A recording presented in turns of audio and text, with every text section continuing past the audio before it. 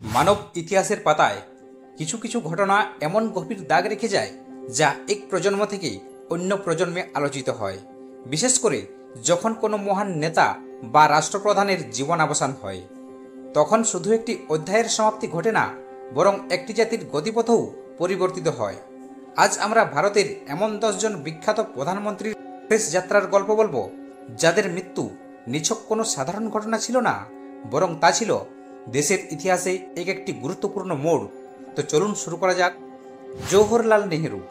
আমাদের ভারতবর্ষের প্রথম প্রধানমন্ত্রী ছিলেন জওহরলাল নেহেরু, যিনি আধুনিক ভারতের স্থপতি হিসেবে পরিচিত। প্রায় 17 বছর ধরে তিনি এই দেশকে নেতৃত্ব দিয়েছেন, এক নবীন জাতির স্বপ্নকে বাস্তব রূপ দিয়েছেন। তার জীবনের শেষ কয়েক বছর স্বাস্থ্য ভালো যাচ্ছিল না। 1963 সালে তিনি গুরুতর অসুস্থ হয়ে পড়েন এবং কাশ্মীরে গিয়ে চিকিৎসা করান। 1968 সালের মে মাসে তিনি তার শরীরকে উপেক্ষা করে উড়িষ্যায় এক জনসভায় যোগ দেন। ফিরে আসার পর তার স্বাস্থ্যের অবনতি আরও বাড়ে। 27 মে 1968 সালের সকালে, যখন তার পরিবারের সদস্যরা তার পাশে ছিলেন, তিনি হৃদরোগে আক্রান্ত হন এবং শান্তিপূর্ণভাবে শেষ নিঃশ্বাস ত্যাগ করেন। তার মৃত্যু ছিল এক যুগের সমাপ্তি। ভারত তার মৃত্যুতে এতটাই শোকাগ্রস্ত হয়েছিল যে দেশ জুড়ে শোকের ছায়া নেমে আসে।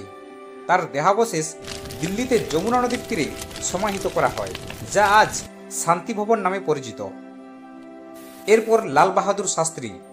নেহেরুর আকস্মিক মৃত্যুর পর ভারতের প্রধানমন্ত্রী হন লাল বাহাদুর শাস্ত্রী। 1965 সালের ভারত পাকিস্তান যুদ্ধে তার বলিষ্ঠ নেতৃত্ব আজও স্মরণীয়। যুদ্ধ শেষে শান্তি আলোচনার জন্য তিনি তৎকালীন সোভিয়েত ইউনিয়নের তাশখণ্ডে যান।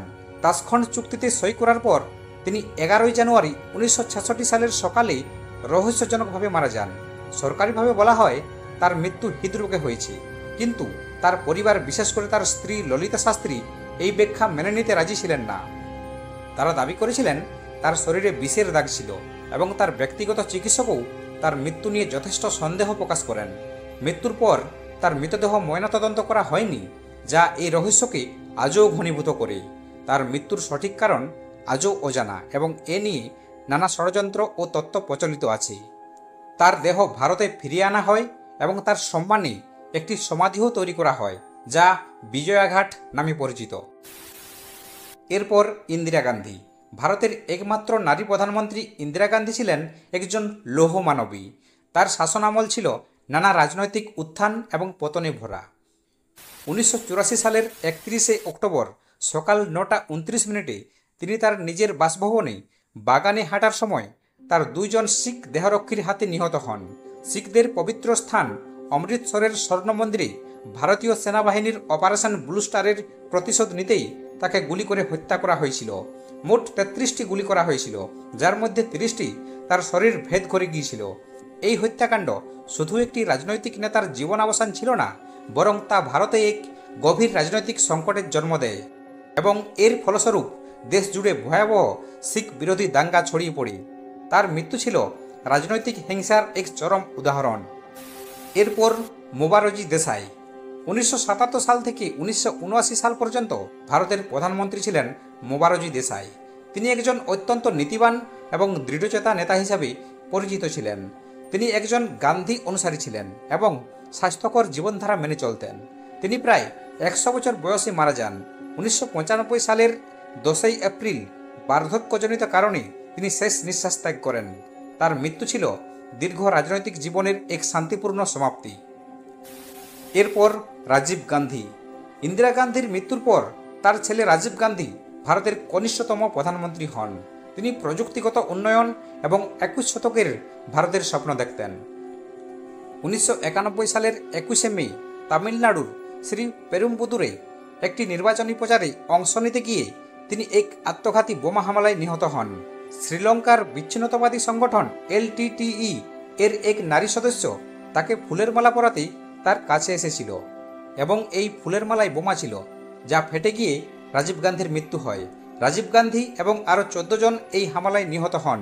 এই মর্মান্তিক মৃত্যু শুধু একটি রাজনৈতিক অধ্যায়ের শেষ ছিল না, বরং তা ভারতের রাজনীতিতে এক নতুন অধ্যায় নিয়ে আসে।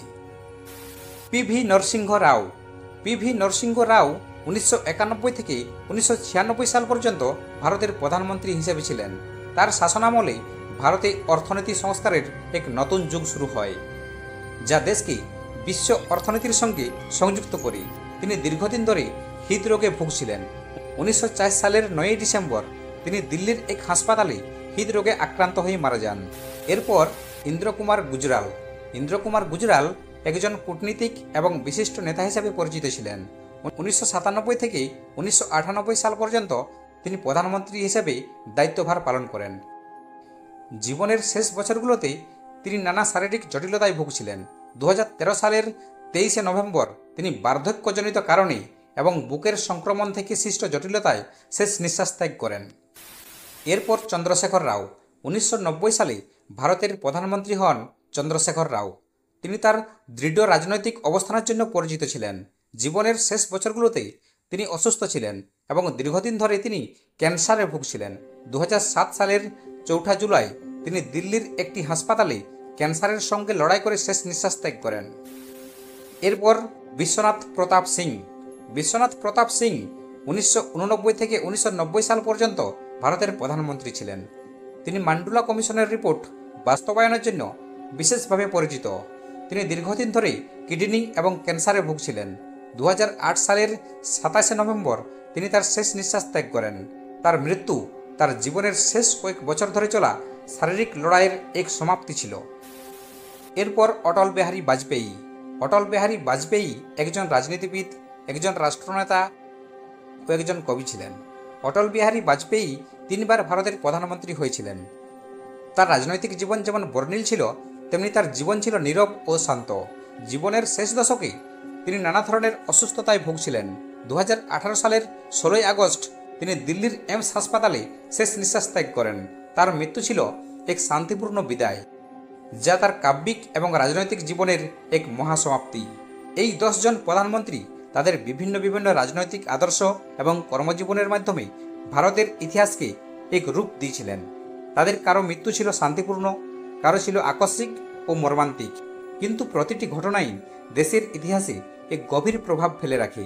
তাদের মৃত্যু আমাদেরকে স্মরণ করিয়ে দেয় যে জীবনের সমাপ্তি হলেও এর পেছনের গল্পগুলো ভিন্ন এবং গুরুত্বপূর্ণ। তো বন্ধুরা, আজকের মতো এটুকুই। ভিডিওটি ভালো লেগে থাকলে লাইক করুন, শেয়ার করুন এবং আমাদের চ্যানেলকে সাবস্ক্রাইব করে পাশে থাকা বেল আইকনটিকে প্রেস করুন। দেখা হচ্ছে আগামী কোনো নতুন ভিডিওতে। ধন্যবাদ।